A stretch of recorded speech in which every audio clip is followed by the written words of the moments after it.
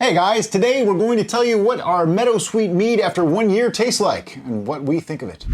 All right, so this is 1 year old, as we said, 10% ABV, and it ended at a 1.018 final gravity. A lot of people asked that question, so I thought, we started keeping track of it. There is a little bit of wispy stuff in the bottom of this, a little troubling to me, but hey, things happen, and as things sit longer, they tend to, the proteins change formulation and whatnot, and fall out of suspension. Derek is going to go over that some more. And what Brian means by troubling is not that there's anything wrong with this, it's just annoying. Yes. That's it. That's the most of our troubles, is that it's annoying. Careful. Oh, she's facing it so that you can see. Yeah. Now, this is Meadowsweet Mead, okay? It's basically mead made with Meadowsweet, which we were told by everybody and their brother, and maybe even their brother's brother, that Meadowsweet is the herb that you should be using to make all mead. Well, I disagree on that all mead thing, but it is actually a very popular herb for making mead. It was kind of named for it. Mead is supposedly named after it, though there's some discrepancy on that too. We also had some confusion in the type of Meadowsweet that we're using and the part of the Meadowsweet plant that we were using. We got a Meadowsweet tea, and so that's what we used to use as an addition for our mead. And then it was pointed out that it was the flowers only that they use, and so I was like, oh great, we did it wrong. Well, then I researched the ingredients of our tea, and it was primarily flowers. So I'm wondering fresh versus dry, though. it could be, but we're not going to be able to get fresh Meadowsweet. Yeah, we don't live in an area that Meadowsweet grows, so we can't go out to the wilderness. So we did the best we could. That's what we did. And honestly, it cleared up beautifully. It's beautiful. Got a great color. Color is a 10 out of 10. Yeah. Clarity, 10 out of 10. No problem. On the aroma, much more honey and floral than I remember. Very honey. I remember we weren't super impressed with this when we first tried it. It was okay. We didn't love it. I think it was one of those that we said, this is going to be good in a year. We say it a lot, but most things really are pretty good after a year. Yeah, I'm getting I stumble across a really full to the brim beehive in the middle of this beautiful grassy wildflower field. That's the aroma. Okay. Sure. I don't know what a beehive generally smells like, so I can't really say anything.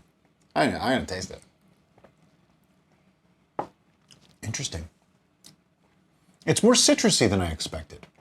It's definitely got a little bit of a citrus hit to it. Not too acidic. Yeah. But there's definitely some citrusy notes there. All right, time for a little trip. On the entrance, I get honey sweetness right away, almost right away.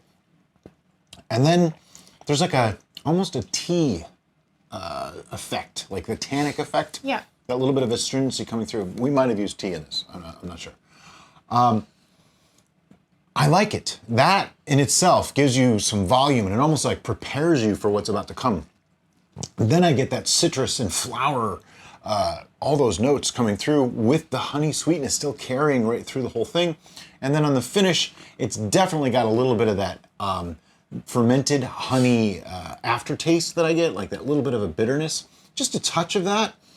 And the mouthfeel holds through the whole way, which is really unusual actually. And it finishes medium finish. I wouldn't say it's long, but it's a medium finish. Huh. But it's got some complexity to it, more than you would think. Yeah. I'm getting all the notes that Brian mentioned.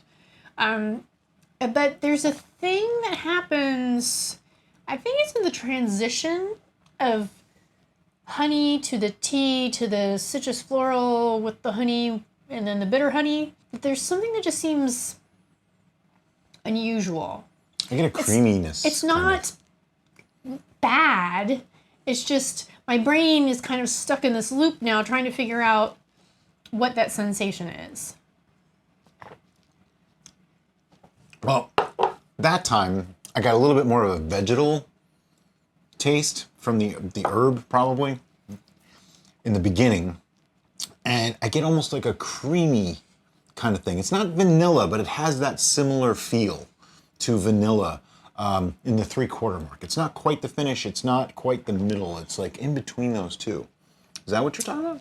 I think it's more the vegetal, almost grassy Yeah, a little bit of a grassy going on. note in there. It's not truly objectionable. It's No, just, it's just different. It's just something I wasn't expecting. And with all the other flavors being significantly pronounced, it's just kind of a weird background thing. Yeah, it's very much like just in the back. Yeah. If you didn't think too hard, you might not even notice it. It's a little bit different than most meads, though. It doesn't come across... it's lighter. It tastes much lighter than it actually is. It's got a little bit of sweetness with 18 points of gravity left. And only 10%, I'm not really tasting much alcohol to speak of, which means it's rounded out nicely. Oh, I mean, yeah. 10%, you could taste the alcohol. Wow, I'm kind of impressed. I am too. It's pretty good. We sound like we're awkward on this one because we didn't really have well, I didn't really have expectations for it, so I didn't know what to expect, other than, no, it was okay when we tried it before. Like, it wasn't our favorite thing ever, but it was okay. I am getting almost a little bit kind of a caramelized note.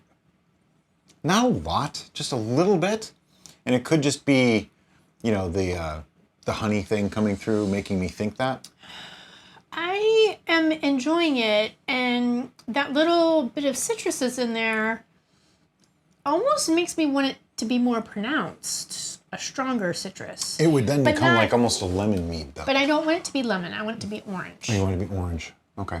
We may have to work on an orange mead. I mean, I hear that there's this really huge, famous recipe that everybody makes. Oh, yeah? I don't know. We've never made one. And I don't make it because everybody's made it. There's no point. But we've been asked to make an orange mead, and we never really have. Even my beginner one has orange peel in it, which doesn't make it an On orange the mead. list. Yeah. Trust me. Okay, I have not looked at this list recently, so, you know, pardon me. There's some things on the list that Brian is not a fan of, so I just keep the list to myself. And, But and if we he's work on them together. and if he's in the right mood, then I may suggest those things Oh, so it's like that now. that you've really wanted to see that I know Brian's just not really interested in.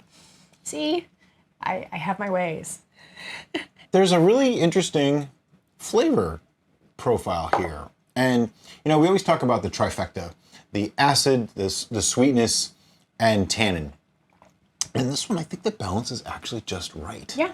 I wouldn't want it any sweeter because it would overpower something. And I think that's why I'm leaning towards wanting orange rather than lemon, because I don't want it to be more acidic. You want the flavor and the want the sweetness flavor. of that without So upsetting the acidity level. since so many of you enjoyed my ridiculousness on the mango habanero capsicum one year tasting, I have an idea for this one as well. I'm not going to let you down. But let's go ahead and judge this as it is. Sure. Do you need more? I have no idea what. Oh, I know what you're talking about now. The Malibu rum thing. Curious what she's going to do this time. Guess I do need more. Probably need a lot more. I know the theory of what she's talking about. I do not know the practice of what she is talking about. I'm mildly concerned. Okay, so this is our taste before score. Okay, so we're judging this as is. As is. No change, just how do we up. feel about it? Our scoring system, in a nutshell, is 1 through 10. 1 being, basically, it's crap. You dump it out. You're just not going to want to drink that. 10 being super amazing, star of the show. You'd probably choose that among all others, unless there was an 11. We have like 2 of them. Those are just better than a 10. It's just that simple. Anything around a 5, though, begins the, yeah, this is pretty decent kind of range. So that gives you a little bit of a perspective. I'm torn on this one. I'm tasting a lot of tea. It's almost coming across more like a tea mead than what I perceive to be Meadowsweet. I'm still getting the honey pretty pronounced, though. Okay. All right, well, I have a score. Are you ready? As soon as you swallow. Okay. 1, 2, 3, 7.5. Okay, didn't see that coming. I figured you were going to be higher than that. let me start. You always go first on that. Like I said, it's coming across more like a tea mead to me than what I perceive should be Meadowsweet. And that's not a bad thing, because if nobody told me what this was and I tasted it, I'd say, yeah, this is pretty good. It tastes like a tea mead. Sure. Which is okay. There's nothing wrong with that. I just don't see it as like anything that makes me go, oh yeah, this is amazing. I need to give this, I just couldn't go much higher.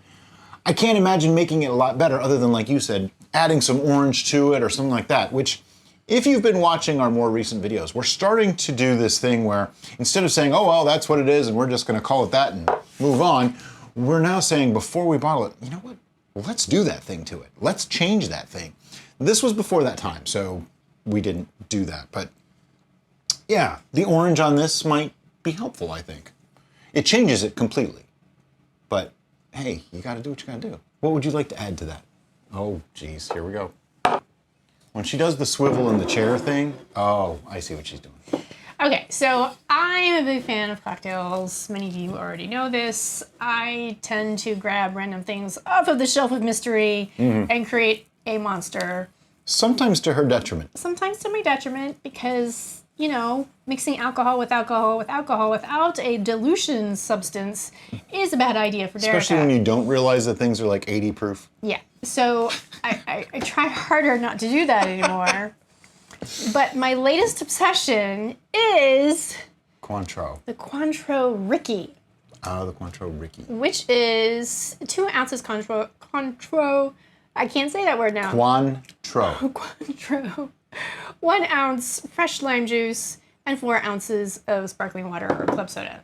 It's yummy. It tastes like orange juice. It doesn't even taste like alcohol, and that's why she drank 3 of them the other day. And that's why I then went, 3 of so them. how strong is Cointreau? And I was like, same as most whiskey. Well, let's see. It's 80 proof. Yep, it's 40% alcohol, just like most whiskey. But immediately when I started thinking, oh, I want some orange, this is what came to mind. All right, well, you're going to want more of this too. You don't have much. Now, because I keep drinking this, it is almost Yeah, gone. It's we're like gonna have down to to get more. here. Let's see if I do a better job of ratios. Let's see. That's a 2. We'll do a 2 to 1. 2 to 1. No? I don't think you need 2 to 1 Cointreau to mead. 2. I was 2 mead, 1 Cointreau, but I did right now half. you're about like 10 to 1. 1 to 10. You have a flavoring of Cointreau. I don't think you need as much Cointreau in a mead. Also, I still don't have a stirrer, which is also known as a swizzle stick. Thank you, yes. Because I haven't found one I'm going to get a bunch of those plastic swords. that describes me as a person. Yeah, cat-headed ones really wouldn't be so effective. They didn't have any cats. They had cactus. I did find honeybee ones. Oh. Which seemed appropriate, but I don't know. None of them are really doing it for me. He's a better swirler than I am. That's why he's taking over the swirling. Because he can be more aggressive in the swirling, which you can't see because his hand is blocking the way. Or I can't because I'm a spasmo. All right, we're swirled. That's stirred up. It's probably really good. You can pretty much put Cointreau in the bumper of a Volkswagen and it'll taste good. You were not wrong. That's very nice. That's lovely. I do think it's a little too much Cointreau, though. Oh, well, there's only one way to take care of that. Not a lot more, just a little bit. Yeah. Well, More than that? More than that.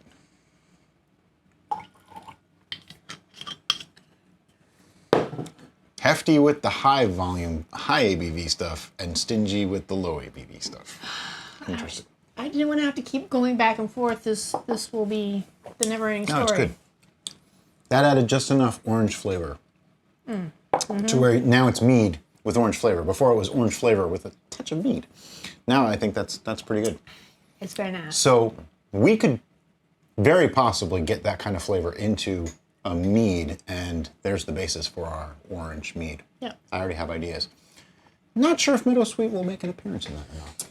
And the reason why I like doing it this way is because I feel like I'm getting more orange essence rather most than definitely. acid. So I think when we make it, we want to use Yeah. stuff and things. Spoilers. I don't want to give too much away. All right. So Meadowsweet Mead. Make it. Enjoy it. 7.5. That's pretty darn good. Put a little splash of Cointreau in there. Yeah, don't be afraid to make cocktails with your meads and wines too, you know? Make it work for you. Some people like to mix them with water. Some people like to add other alcohols to them. Go for it. It's your mead, and there's no wrong way for you to drink it. But as always, guys, thank you so much for watching, and have a great day. Bye-bye.